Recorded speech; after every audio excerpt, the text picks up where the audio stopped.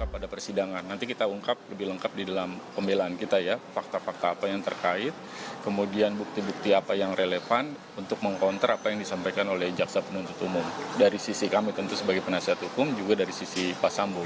Karena memang ada bagian-bagian tadi yang tidak lengkap disajikan secara utuh dari fakta persidangan yang sebenarnya sudah diungkapkan dalam sejak persidangan pertama, terutama di agenda acara pembuktian ya, dari keterangan saksi-saksi maupun alat bukti gitu.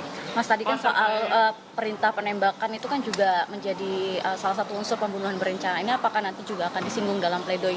Ya pasti kita singgung soal itu juga, terutama soal konstruksi berencana, karena fokus jaksa penuntut umum dalam surat tuntutannya adalah terkait dengan 340 pembunuhan berencana.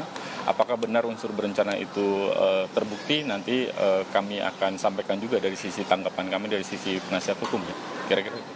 Pledoi ini apakah 35 barang bukti kemarin yang diperlihatkan, yang kumpulan foto dan video, atau ada yang ditambahkan lagi, Bang?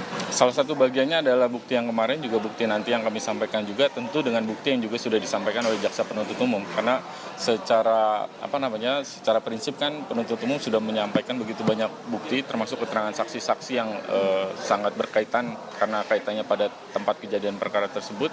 Nah itu juga ada keterangan-keterangan yang sebenarnya relevan untuk pembelaan kami. Nanti kami sampaikan lah secara lengkap di dalam pledoi kami ya, gitu. Oke. Kemarin adanya perselingkuhan bukan pelecehan.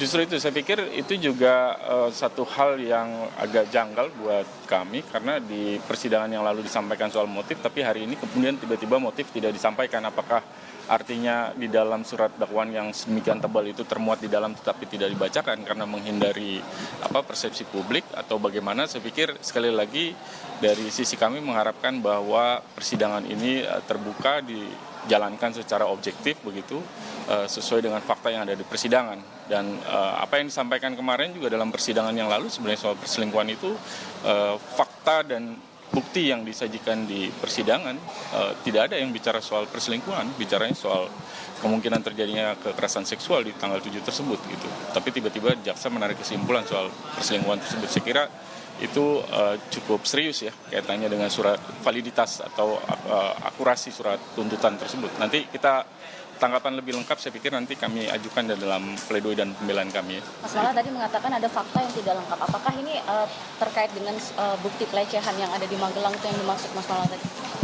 Yang saya maksud tidak lengkap adalah tidak lengkap disajikan di dalam surat tuntutan, terutama kaitannya dengan persidangan yang lalu, misalnya menyampaikan soal motif tersebut. Gitu. Nah motif itu kan harus diungkap sebenarnya ya pada persidangan yang lalu kan jaksa sendiri yang membawa hasil laporan Apsifor dan ahli Ibu Reni sebagai ketua Apsifor yang sudah melakukan asesmen dengan 12 orang timnya.